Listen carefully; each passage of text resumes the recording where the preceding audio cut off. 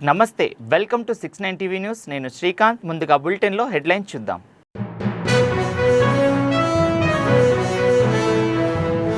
హైదరాబాద్ నగర అభివృద్ధికి ప్రజాప్రభుత్వం కట్టుబడి ఉంది. ఎల్బీ నగర్లో 110 కోట్లతో అభివృద్ధి పనులకు శంకుస్థాపన చేసిన మంత్రి శ్రీధర్ బాబు.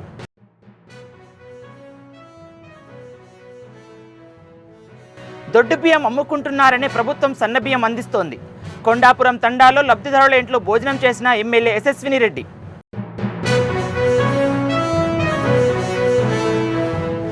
పార్టీల మధ్య విభేదాలు ఉన్నా అందరూ కలిసి అభివృద్ధికి శ్రీకారం చుట్టాలి. అల్లూరు జిల్లాలో గిరిజనులతో ముచ్చటించిన deputy CM Pawan Kalyan.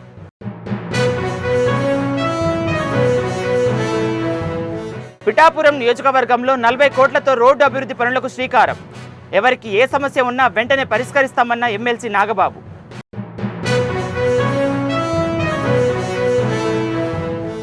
LB Nagar నియోజకవర్గంలోని వనస్థలిపురం డివిజన్ పరిధిలో 10 కోట్ల 50 లక్షల రూపాయలతో సీసీ రోడ్ల డ్రైనేజ్ నిర్మాణాలకు మంత్రి శ్రీధర్ బాబు శంకుస్థాపన చేశారు.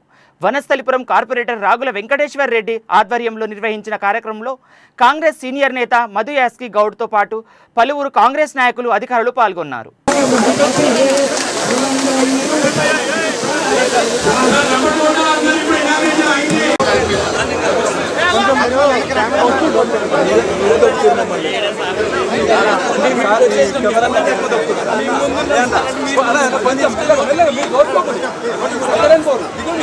జనగామ జిల్లా పాలకుర్తి మండలంలో కొండాపురం తండాలో తెలంగాణ రాష్ట్ర పంపిణీ చేసిన సన్నబియ్యంతో వండిన ఆహారాన్ని గిరిజన మహిళలతో కలిసి పాలకుర్తి నియోజకవర్గ యశస్విని రెడ్డి భోజనం చేశారు. ఈ సందర్భంగా గిరిజనులతో ముచ్చటించారు.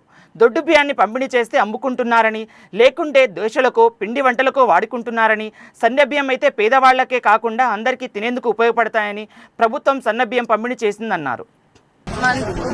ఉప ముఖ్యమంత్రి వర్యులు, ముఖ్యమంత్రి గారు, అట్లనే civil supply minister Uttam Kumar Reddy గారు అందరు కలిసి అదే ఆలోచన చేసిండ్రు. ఇంత సొమ్ము, ప్రభుత్వ సొమ్ము ఇంత పోతుంది కదా, పోతుంది కానీ అది ప్రజలకు ఉపయోగపడుతుందా లేదా? తినే తిండి దగ్గర కూడా ఇంత తేడా ఎందుకు? డబ్బులు ఉన్నోళ్ళేమో సన్న బియ్యం తినాలి, లేనోళ్ళేమో దొడ్డు బియ్యం తినాలి. కాయ కష్టం చేసి నాన్న చాకిరి చేసేది 2 బుక్కడు బువ్వ తినడానికే కదా, బువ్వ దగ్గర తేడా ఎందుకనే?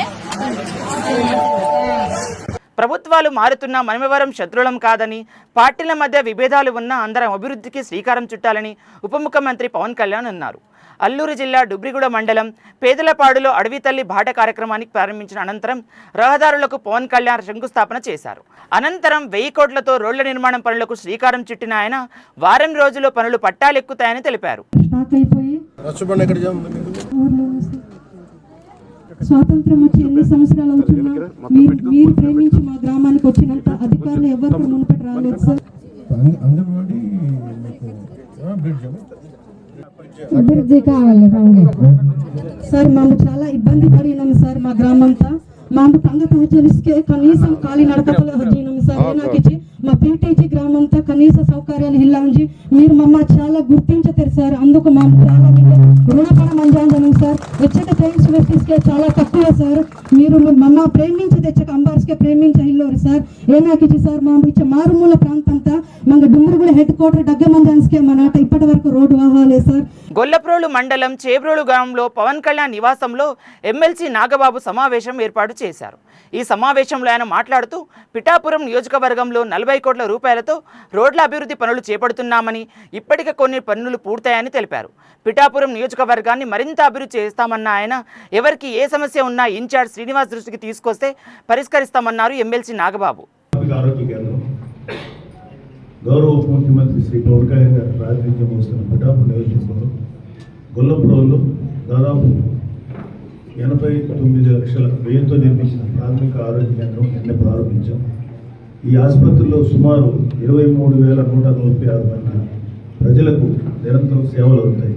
వైద్య సేవలు 10 పడకల సామర్థ్యంతో 60 రకాల ల్యాబ్ పరీక్షలు, 172 రకాల మందులు, టీవీ, లెప్రసీ, ఎయిడ్స్ నియంత్రణ, యూనివర్సల్ ఇమ్యునైజేషన్ వంటి జాతీయ ఆరోగ్య కార్యక్రమాల నిర్వహణ ఇక్కడ నిరంతరం జరుగుతుంది.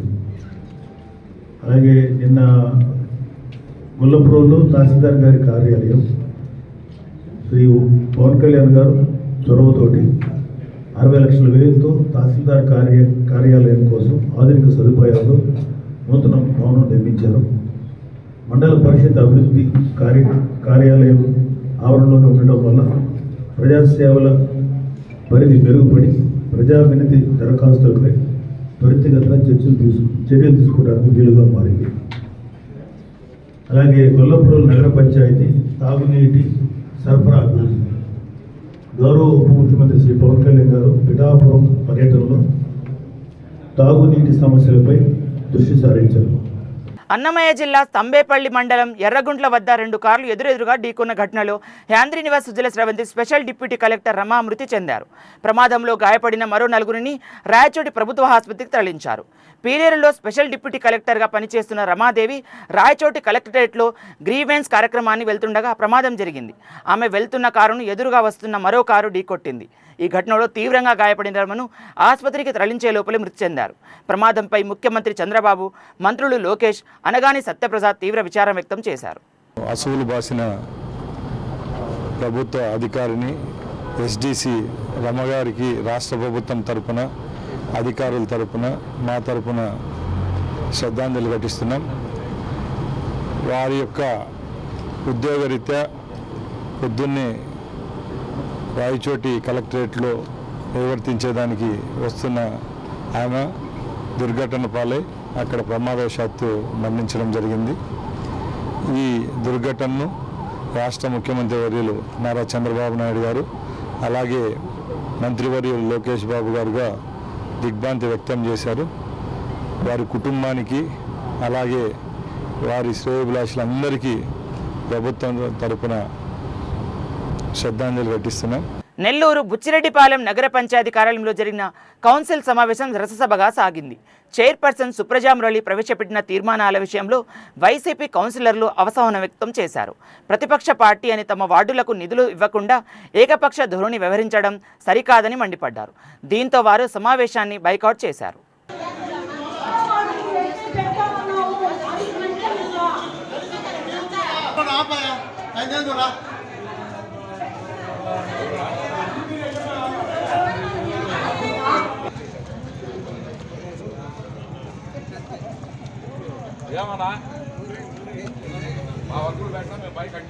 కరాటే కళ్యాణి తమన్నా సింహాద్రికి నటి హేమ లీగల్ నోటీసులు పంపించిన విషయం తెలిసిందే. తన పరువు ప్రతిష్టకు భంగం కలిగించారని లీగల్ నోటీసులు పంపించారు. అయితే ఈ నోటీసులపై తాజాగా కరాటే కళ్యాణి స్పందించారు. హేమ నుంచి వచ్చిన నోటీసులు అందుకున్నట్లు తెలిపారు. ప్రస్తుతం తాను విజయనగరంలో ఉన్నానని, హైదరాబాద్ రాగానే తను కూడా లీగల్గా ముందుకు వెళ్తానని ఆమె తెలిపారు. నేను మీ కరాటే కళ్యాణి. పొద్దున్నుంచి నాకు ప్రింట్ అండ్ ఎలక్ట్రానిక్ మీడియా మిత్రులందరూ కాల్ చేస్తున్నారు. హేమ గారు మీకు నోటీసులు పంపించారట, నిజమేనా? ఎస్, నేను రిసీవ్ చేసుకున్నాను నోటీసులు. అవి నేను నాకు అబద్ధాలు చెప్పడం రాదు. నేను ఎక్కడున్నాను ఏంటి అనేది అన్ని క్లియర్గా నిజాలు చెప్తాను.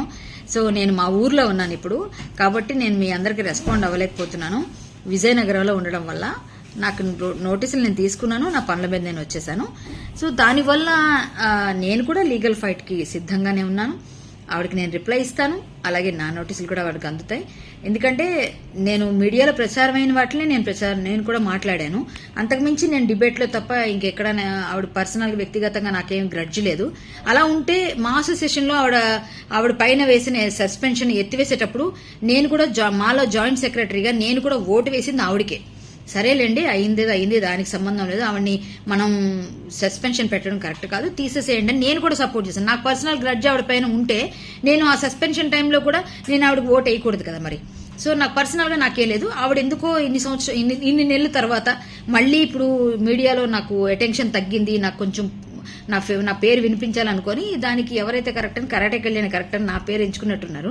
సో నా మీద ఏదో 5 కోట్లకి వాయిదా ఏదో దావా వేస్తున్నట్టుగా ఏదో పంపించారు. పర్వాలేదండి, ఎందుకంటే అటెన్షన్ సీకింగ్ అందరికీ ఉంటుంది. అది ఆవిడ నన్ను వాడుకుంటున్నారు, నాకేం పర్వాలేదు. ఎట్టి పరిస్థితుల్లోనూ నేను rule is rule for all. నేను లీగల్ ఫైట్కి వెళ్తాను. ఎక్కడ మనం తగ్గేదే లేదన్నట్టుగా అస్సలు మనం తగ్గాం. కాబట్టి మన తప్పే లేదు ఇందులో. మీడియా అందరి మీద వేసిన తర్వాత నా మీద వేయాలి, ఎందుకంటే మీడియాలో వచ్చిందే నేను ప్రచారం చేశాను. సో మీతో పెట్టుకోలేక నేనేమన్నా భయపడతానేమో అనుకొని పాపం పంపించినట్టున్నారు. ఎవరు భయపడరండి. చట్టం ఎవరికి చుట్టం కాదు. నా పని నేను చేసుకెళ్తాను, ఆవిడ పని ఆవిడ చేసుకెళ్తున్నారు. ఖచ్చితంగా నేను కూడా లీగల్ ఫైట్ చేస్తాను. ఖచ్చితంగా ధర్మం వైపే ఉంటుంది ఎప్పుడు కూడా. నేను తప్పు చేయలేదు, నేను భయపడాల్సిన అవసరం కూడా నాకు లేదు. Thank you so much. నమస్తే. ప్యాకర్స్ అండ్ మూవర్స్ ముసుగులో గంజాయి రవాణా చేస్తున్న ముఠాను హైదరాబాద్లోని షామీర్పేట్ పోలీసులు రెడ్ హ్యాండెడ్గా పట్టుకున్నారు. ఔటర్ రింగ్ రోడ్ వద్ద ఈ ముఠా పోలీసులకు పట్టుబడింది. ఇంటి సామాన్లు తరలిస్తున్నామన్న పేరుతో అక్రమంగా గంజాయిని తరలిస్తున్నారు. ఈ ముఠా ఒడిశా నుంచి హర్యానాకు గంజాయిని తరలిస్తుండగా పోలీసులు పట్టుకున్నారు. గంజాయి తరలించడానికి ఉపయోగించిన బోలేరు వాహనంతో పాటు నిందితుల మొబైల్ ఫోన్లు, జియో డాంగిల్ను పోలీసులు స్వాధీనం చేసుకున్నారు. పట్టుబడిన గంజాయి విలువ బయట మార్కెట్లో సుమారు 1 కోటి విలువ చేస్తుందని పోలీసులు అంచనా వేస్తున్నారు. గాంజాని ప్యాకర్స్ అండ్ మూవర్స్ బొలిరో వెహికల్ని, వాళ్ళ దగ్గర ఉన్నటువంటి ఫోన్లు, ఇవన్నీ కూడా దాదాపు సుమారు ఈ మెటీరియల్ అంతా కాస్ట్ చూస్తే 1,01,00,000 రూపాయల 25,000 ఉంది. ఇంత పెద్ద మొత్తంలో ఈ మధ్య కాలంలో పట్టుకోవడం అనేది చాలా రోజుల తర్వాత మళ్ళీ ఈరోజు చేయడం జరిగింది. ఇందులో ఈ యొక్క ఆపరేషన్లో పాల్గొన్న వాళ్ళు మన ఎస్ఓటి డీసీపీ శ్రీనివాస్ గారు, అడిషనల్ డీసీపీ ఎస్ఓటి విశ్వప్రసాద్ గారు, మా పేట్ బషీర్బాద్ ఏసీపీ రాములు గారు, అదేవిధంగా Shamirpet inspector Srinath, SOT Balanagar inspector Sivakumar, DI Shamirpet Gangadhar, entire వాళ్ళ ఎస్ఓటి టీము, ఇక్కడ శామర్పేట పోలీస్ స్టేషన్ స్టాఫ్ అందరూ కూడా చాలా ఎక్స్ట్రాడినరీగా వర్క్ చేయడం జరిగింది. వీళ్ళందరూ కూడా సిపి సార్ ద్వారా ప్రత్యేక రివార్డ్స్ కూడా ఇప్పించడం జరుగుతుంది. ఇట్లాంటి వాటిల్లో ఎంత మనకు తగినప్పటికీ కూడా ఇంకా మనం అక్కడక్కడ చూస్తున్నాం. కాలేజీలలో ఇంకా సినీ ఇండస్ట్రీ ఏరియాస్లలో కూడా మనకు అక్కడక్కడ ఇది వినిపిస్తుంది. ఇది పూర్తిగా మనం 1,000 తోటి తుడిపేయాలంటే అందరి సహకారం కావాలి. ఇటు మీడియా కానీ అటు ప్రజలు కానీ ఇన్ఫర్మేషన్ని షేర్ చేసుకోవడము, ఎక్కడైనా అనుమానం వచ్చినా సరే డయల్ 100 కానీ మన సైబరాబాద్ వాట్సాప్ కానీ ఇన్ఫర్మేషన్ షేర్ చేసి తప్పకుండా పోలీసు వ్యవస్థ మొత్తం కూడా దీనికోసమే పనిచేస్తుంది అనే విషయాన్ని గుర్తుపెట్టుకొని సమాచారం ఎవరు ఇచ్చినా వాళ్ళ యొక్క దాన్ని నిగూఢంగా వస్తామని, కాన్ఫిడెన్షియాలిటీ మెయింటైన్ చేస్తామని చెప్పి తెలియజేస్తూ మీ పాల్గొన్న మీ అందరికీ కూడా నేను ప్రత్యేక అభినందనలు తెలియజేస్తాను. విశాఖలో డిప్యూటీ సీఎం పవన్ కళ్యాణ్ పర్యటన కారణంగా విద్యార్థులు జేఈఈ మెయిన్స్ పరీక్షను రాయలేకపోయారు. పెందుర్ది ఆయన డివిజన్ జేఈ విద్యార్థులకు పవన్ కాన్వాయ్ అడ్డుగా వచ్చింది. దీంతో పరీక్ష కేంద్రానికి విద్యార్థులు ఆలస్యంగా వెళ్లారు. పరీక్ష రాయకుండానే 30 మంది విద్యార్థులు వెనుదిరిగారు. పరీక్ష కేంద్రం వద్ద విద్యార్థులు వారి తల్లిదండ్రులు ఆందోళనకు దిగారు. పెందుర్ది జేఈఈ మెయిన్స్ ఎగ్జామ్ ఉదయం 8:30 జరగనుండగా పవన్ కాన్వాయ్ కారణంగా పరీక్ష కేంద్రానికి 8:32 వచ్చారు. ఆ 2 నిమిషాలు కూడా పవన్ వస్తున్నారని పోలీసు అధికారులు ట్రాఫిక్ నిలిపివేశారని, లేదంటే పరీక్ష కేంద్రానికి సమయానికి చేరుకునే వారమని విద్యార్థులు మీడియాకు తెలిపారు. తిరుమల శ్రీవారిని ఏపీ హోంమంత్రి వంగలపూడి అనిత, పౌర సరఫరాల మంత్రి నాదెండ్ల మనోహర్ వేర్వేరుగా దర్శించుకున్నారు. వీఐపీ ప్రారంభ విరామ దర్శన సమయంలో కుటుంబ సభ్యులతో కలిసి అనిత స్వామివారి సేవలో పాల్గొన్నారు. టీటీడీ అధికారులు వీరికి స్వాగతం పలికి దర్శనం ఏర్పాటు చేశారు.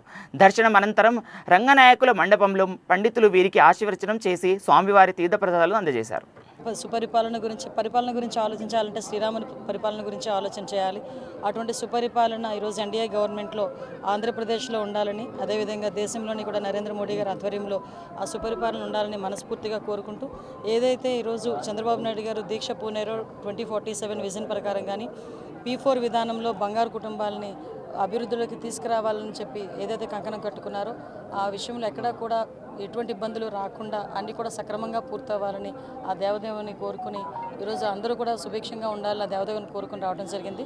అద్భుతంగా జరిగింది. శ్రీరామనవమి రోజున ఆ స్వామివారి దర్శనం కుటుంబ సమేతంగా చేసుకోవడం అనేది నా పూర్వజన్మ సుకృతంగా భావిస్తాను. బులెటిన్ ముగించే ముందు మరోసారి హెడ్లైన్ చూద్దాం.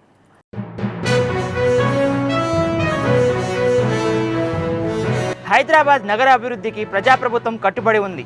ఎల్బీ నగర్లో 110 కోట్లతో అభివృద్ధి పనులకు శంకుస్థాపన చేసిన మంత్రి శ్రీధర్ బాబు.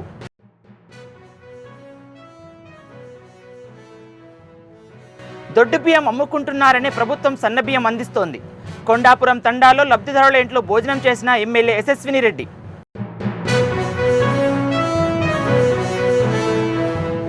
పార్టీల మధ్య విభేదాలు ఉన్నా అందరూ కలిసి అభివృద్ధికి శ్రీకారం చుట్టాలి. అల్లూరు జిల్లాలో గిరిజనులతో ముచ్చటించిన డిప్యూటీ సీఎం పవన్ కళ్యాణ్.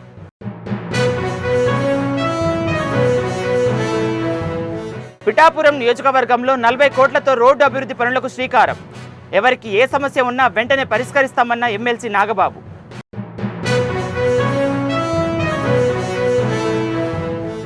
మరిన్ని అప్డేట్స్ కోసం చూస్తూనే ఉండండి 69 టీవీ న్యూస్.